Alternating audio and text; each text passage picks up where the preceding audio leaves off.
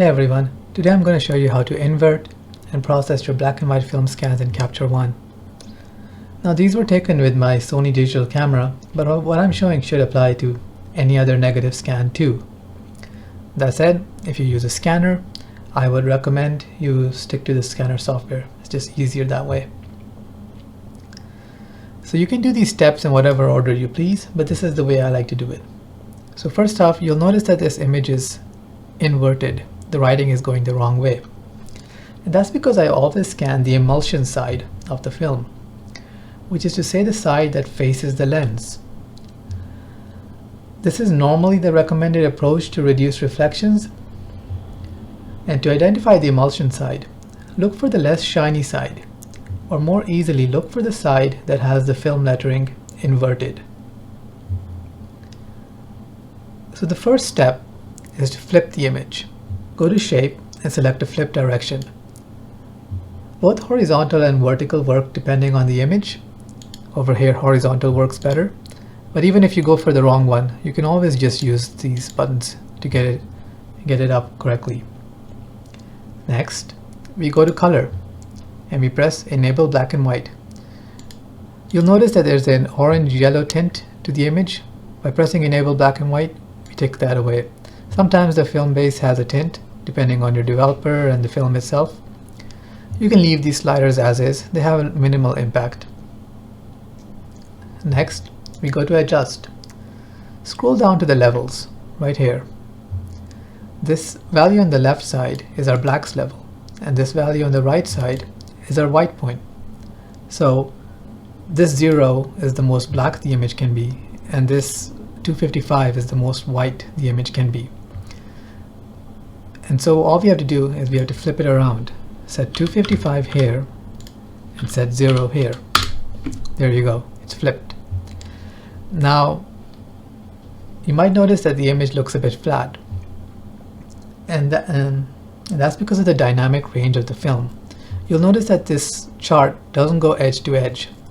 That's because the dynamic range of the film doesn't meet is less than the dynamic range of the image file used to take the scan. Of course, it depends on the location, the exposure, and the developing. This is actually a really nice image in terms of dynamic range. We have basically about as much as you could get. So if you want to improve the image, we take the white and we set it. You'll notice that as we scroll further, more of the image starts clipping. The highlights start clipping into non-existence. So we set it until it just stops clipping, or you can look at the chart and just until it starts to rise up, so about here. For the black, we could do the same thing, or we could use the little pick tool and select the film emulsion base, like here. Now, keep in mind that between two frames of film, the part that's not exposed to light is the darkest that it can be. So we can use that as an easy reference for the black point. If you really want, you can overexpose a shot to complete white to give you a reference for the highlights or the whites as well. But honestly, that's overkill. So I think of this sliding of the sliders to be a bit similar to the darkroom process, where you use contrast filters to reduce the dynamic range of the film to fit within the dynamic range of the paper, which is smaller. This is kind of the reverse of that. Your film has less dynamic range than your digital image file, so you have to constrict the digital image file, whereas in the darkroom you have to constrict the film, or rather the light that passes through the film. Don't fuss over whether this is editing your scans or whatever else. If you don't even do at least this much, you're doing your negative scans a big disservice. And that's it. That's the basics of inverting your image. Now, after sliding these sliders, you might still be a bit unsatisfied. You can slide them in further. This will increase the contrast. So set it to whatever you like. If you're like me, I'm a sucker for contrast, so I like some deeper blacks in there. If also like me, you tend to overexpose and a bit overdevelop your image, you can use the shadow slider to turn down the highlights. you'll notice that because it's an inverted image, the shadow slider is actually controlling your highlights now, whereas the highlight slider controls your shadows, but you can't really recover much beyond this point here. And yes, using these sliders undoes a little bit of the change of the levels, but they sort of affect the image in a bit of a different way. So it's a bit of a dance.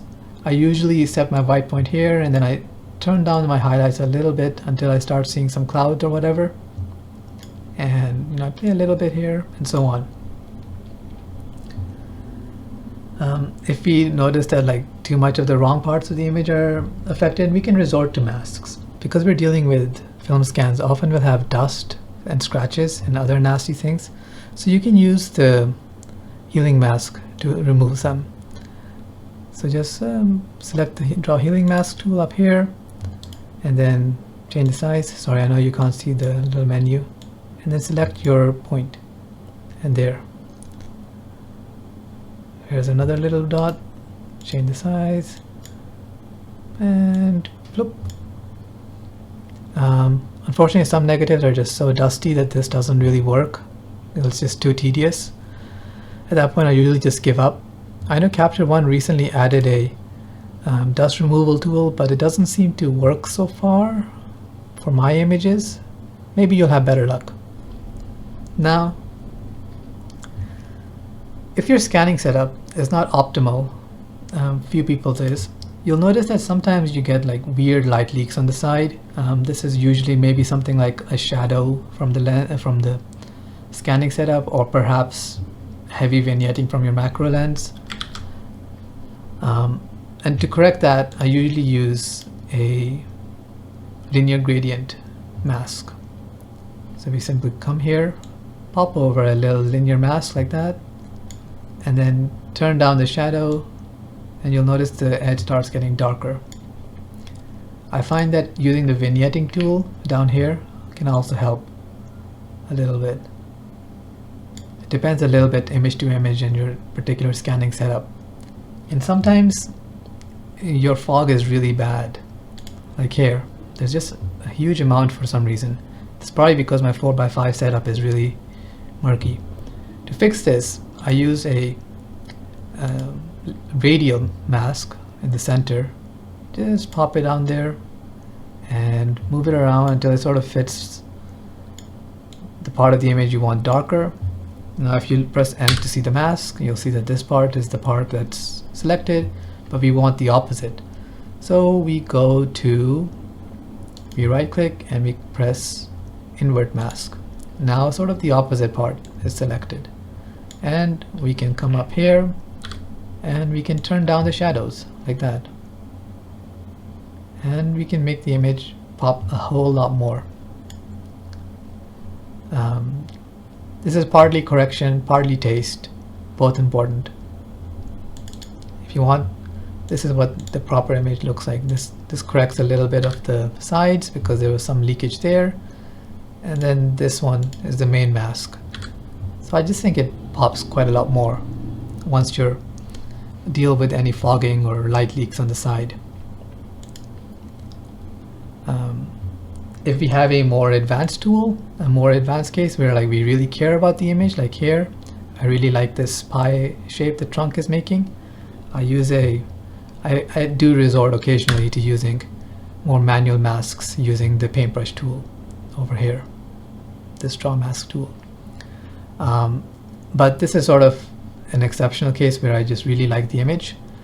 But the nice thing about black and white images is that for the most part, this is all I need to do. Just these three masks, one to sort of just make the background a little bit darker, this one to control a bit of the spill from the side. I don't know if that's lens flare or scanning problems. And a third mask just to help bring the trunk out a bit more. And that's it. And in case you were curious, I haven't figured out how to do color images very well yet. I have tried. Here's an example, but it's not very quite accurate. So I would recommend just sticking to a different software for now. You can do it in Capture One, but something like Film Labs, Convert software, or Filmomat software are just going to be easier for you. Or if you want free Darktable's Negative Doctor. neck doctor. But yeah, thank you for watching. I hope it helped.